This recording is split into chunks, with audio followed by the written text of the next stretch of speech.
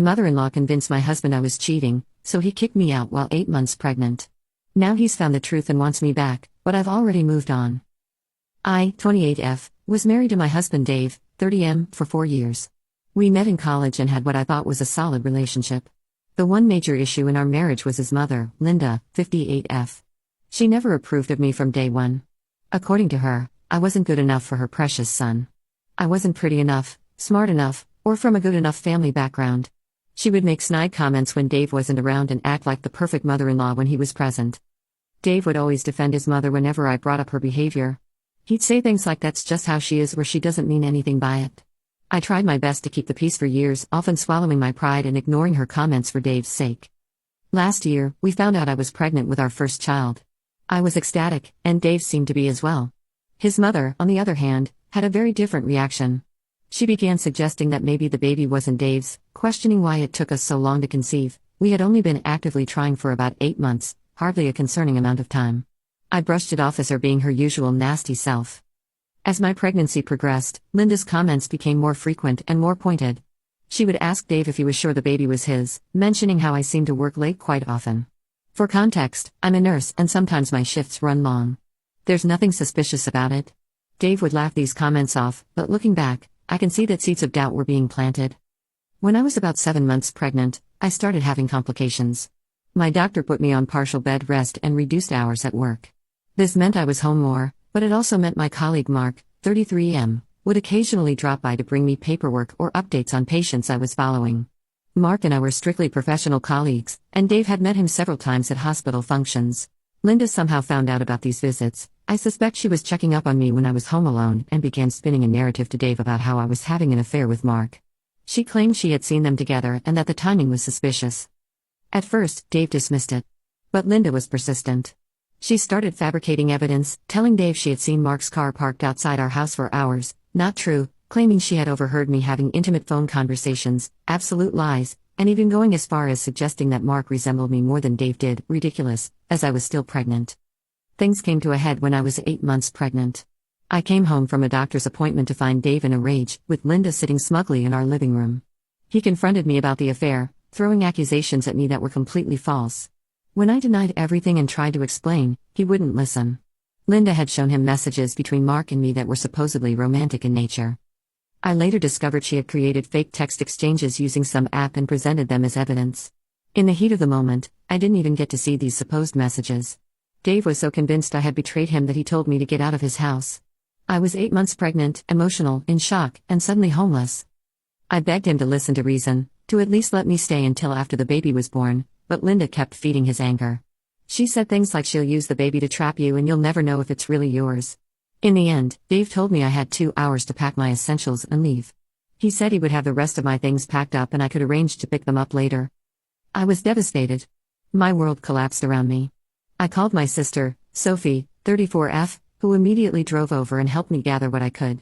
I moved in with her temporarily, and within a week, I had filed for separation. I couldn't believe the man I loved had thrown me out when I was carrying our child, all based on his mother's lies. The following weeks were the hardest of my life. I was heavily pregnant, heartbroken, and trying to figure out how to prepare for a baby on my own. Dave made no attempt to contact me, not even to check on the baby's well-being. Sophie was my rock through all of this. She helped me set up a nursery in her spare room and was there for me emotionally. I gave birth to our daughter, Lily, 3 weeks after being kicked out. Dave wasn't there. I didn't even notify him I was in labor because at that point, I was so hurt and angry that I couldn't bear to see him. Sophie was my birth partner, and she was amazing. I did send Dave a message after Lily was born, with a picture and details of her birth. His response was cold: "I'll have my lawyer contact you about a paternity test." No congratulations, no concern for my well-being after the birth, nothing. That message solidified my decision to move on without him. 2 weeks after Lily was born, Dave's lawyer contacted me about arranging a paternity test. I agreed because I had nothing to hide, and the test confirmed what I already knew: Dave was absolutely Lily's father. Even then, he made no effort to see her. His lawyer simply communicated that he would be providing child support as legally required. I spent the next several months adjusting to life as a single mother, dealing with the emotional aftermath of my marriage ending, and trying to build a new life for Lily and myself. Sophie helped me find a small apartment close to the hospital where I worked, and I gradually started putting my life back together. Then, about 4 months after Lily's birth, everything changed again. Dave showed up at my apartment unannounced, looking disheveled and upset. He told me he had discovered the truth about his mother's lies. Apparently, Linda had been caught in her deception when she accidentally left her phone unlocked, and Dave saw messages to a friend where she bragged about getting rid of me and mentioned using an app to create fake text conversations. Dave apologized profusely, saying he had been a fool to believe his mother over me. He begged for another chance, saying he had cut contact with Linda and wanted to be a family with Lily and me again. I was shocked and honestly, still very hurt. While a part of me felt vindicated that the truth had finally come out, another part of me couldn't get past the fact that Dave had been so quick to believe the worst about me, without even giving me a fair chance to defend myself. He had thrown me out when I was most vulnerable and had shown no interest in our daughter until he learned his mother had lied. I told him I needed time to think and that while he was welcome to establish a relationship with Lily, I wasn't sure our marriage could be salvaged. He seemed devastated but said he understood and would respect my decision, whatever it might be. So now I'm left wondering if I should give him another chance for Lily's sake, or if the damage is too severe to repair. I've started building a life without him, and I'm not sure I want to risk being hurt again. Am I being too harsh? Should I try to forgive him for Lily's sake, or am I right to protect myself and move forward alone? Edit. Wow, I didn't expect to get so many responses. To clarify a few things, Dave and I are currently legally separated, not divorced yet. He has started seeing Lily twice a week under my supervision. Linda has tried to contact me multiple times to explain herself, but I've blocked her on everything. Mark, my coworker, is actually gay and engaged to his partner of 10 years, which makes the whole affair accusation even more ridiculous.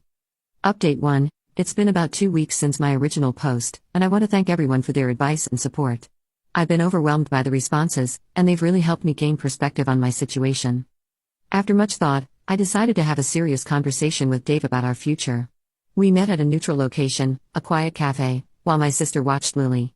I wanted to be clear-headed and not be influenced by seeing him interact with our daughter. The conversation was difficult but necessary. I told Dave exactly how his actions had affected me, the hurt, betrayal, and abandonment I felt when he kicked me out of my most vulnerable moment. I explained how his complete lack of support during Lily's birth and first months of life couldn't simply be erased with an apology, regardless of his mother's manipulation. Dave listened, and I could see the regret on his face was genuine. He broke down at one point, saying he'll never forgive himself for missing Lily's birth and first months. He admitted that he should have trusted me, the woman he claimed to love, over anyone else. When I asked why he was so quick to believe his mother's lies, he revealed something I hadn't known before. Apparently, his father had cheated on Linda multiple times during their marriage, including once when she was pregnant with Dave. This had left deep scars on Dave, and Linda had used these old wounds to manipulate him, constantly reminding him that men in their family get cheated on and that he should be vigilant.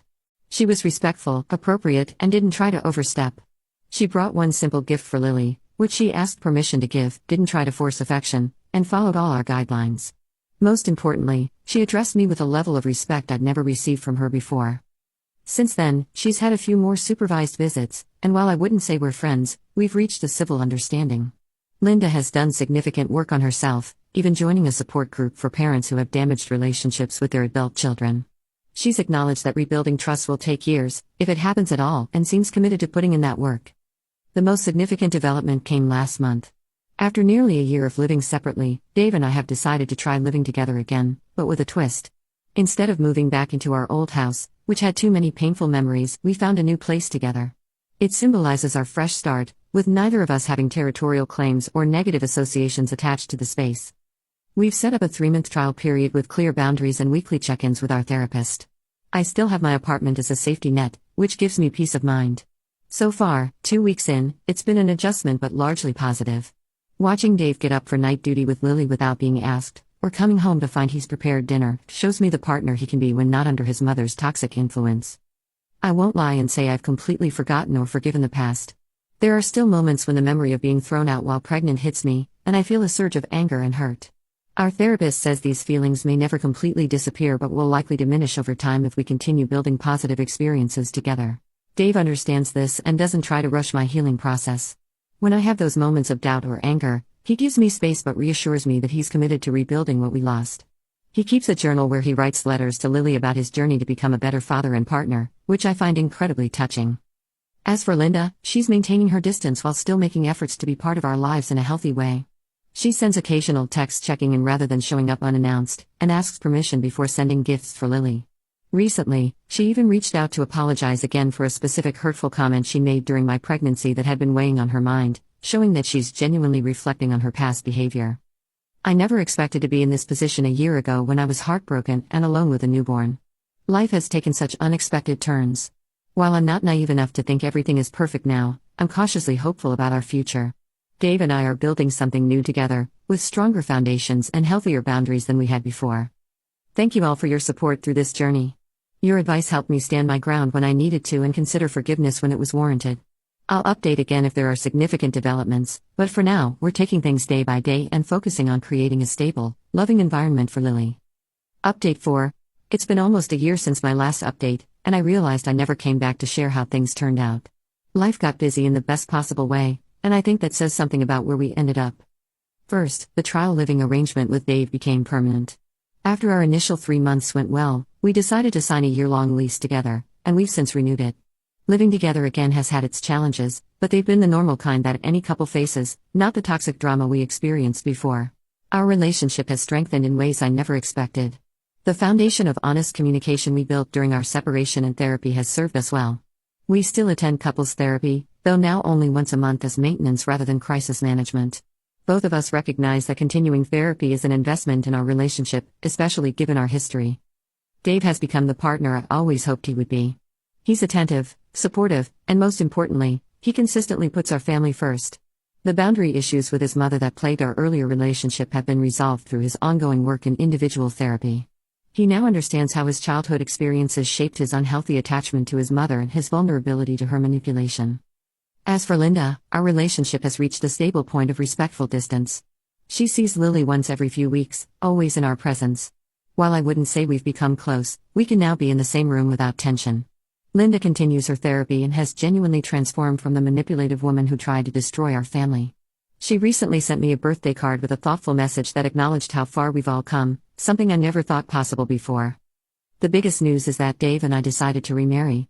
After much discussion with our therapist, family, and each other, we had a small ceremony 6 months ago with just close friends and family present. It wasn't about trying to erase what happened or pretend our separation never occurred. Instead, it was about consciously choosing each other again, with clear eyes and full awareness of both our strengths and vulnerabilities as a couple. Our vows reflected this journey. We promised honesty, respect, and to never let anyone come between us again. Dave added his own promise to always trust me and believe in me, which brought tears to my eyes. Lily is now 2 years old and thriving. She's a happy, secure child who clearly feels loved by both her parents. Sometimes I look at her and can hardly believe how close she came to growing up in a broken home because of lies and manipulation. Instead, she has parents who work through incredible challenges to create a healthy family environment for her. For those wondering if I've forgiven Dave completely, it's complicated. I've reached a place of peace with our past, and I've chosen to build a future with him because of the person he's proven himself to be now, not despite who he was then. The painful memories have faded as they've been replaced by years of positive experiences, though I don't think I'll ever completely forget those dark days. What I've learned through this journey is that relationships can sometimes break and be rebuilt stronger at the broken places. Our marriage now is more resilient because we know what we almost lost. We take nothing for granted. We communicate more effectively, respect each other's boundaries, and prioritize our relationship in ways we didn't before. I also learned the importance of standing your ground and demanding the respect you deserve. If I had simply taken Dave back immediately when he discovered his mother's lies, without requiring him to do the difficult work of understanding his role in what happened, I don't think we would have the healthy relationship we have today. For those of you going through similar situations, I won't say that reconciliation is always the right answer. Every situation is different, and some betrayals can't or shouldn't be overcome. But I will say that people can change if they truly want to and are willing to put in the consistent, difficult work that change requires. I'm grateful that in our case, both Dave and Linda were willing to do that work.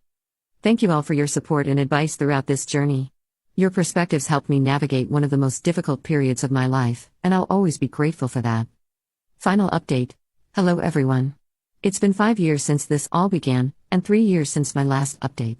I wasn't planning to come back, but I received so many messages asking how things turned out that I thought I'd share a final update for closure. Life has settled into a beautiful rhythm that sometimes makes those dark days feel like they happened to someone else. Dave and I are still together and stronger than ever. The work we put into rebuilding our relationship created a foundation that has weathered the normal challenges of life without cracking. Lily is now 6 and has a 3-year-old brother, James. Having another child together was a decision we approached cautiously, discussing it extensively in therapy before trying.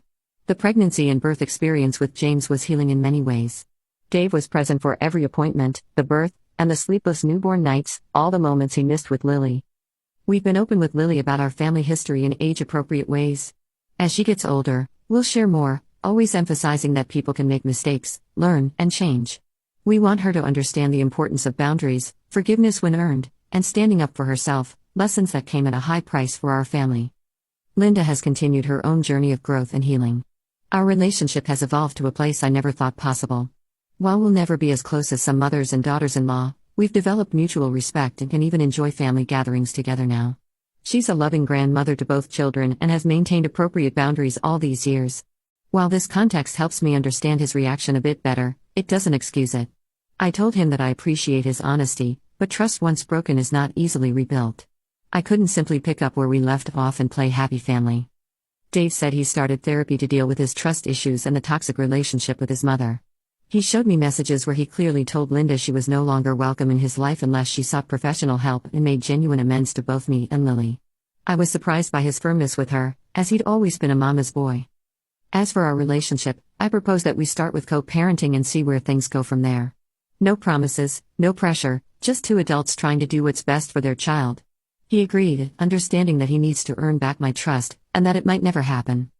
I also made it clear that Linda is not to have any contact with Lily without my explicit permission, which won't be happening anytime soon.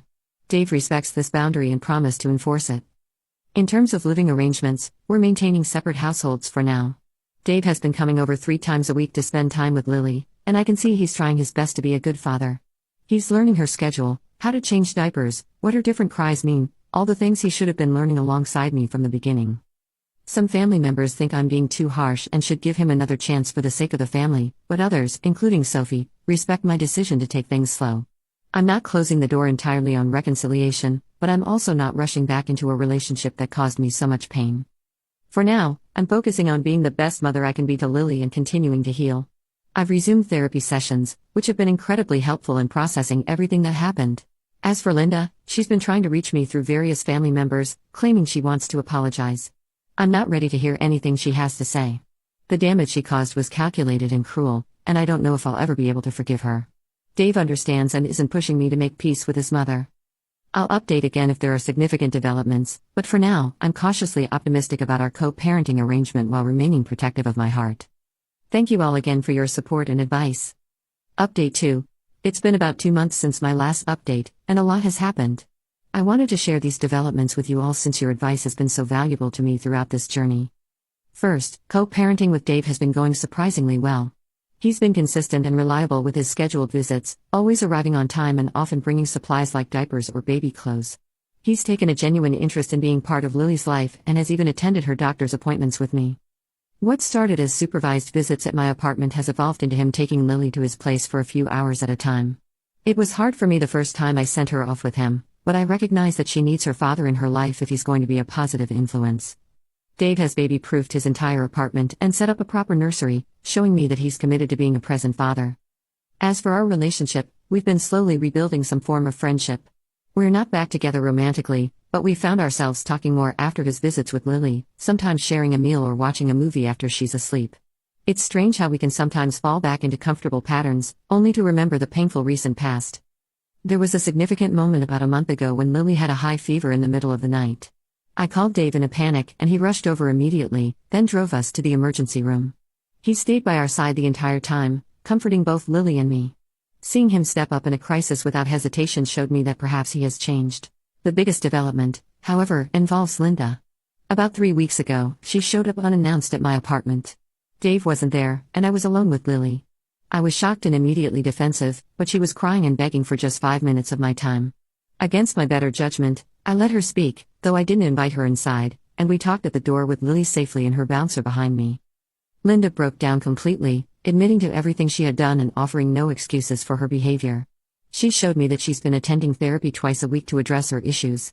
What surprised me most was her honesty about why she had always disliked me. Apparently, I reminded her of the woman her husband had cheated with during her pregnancy.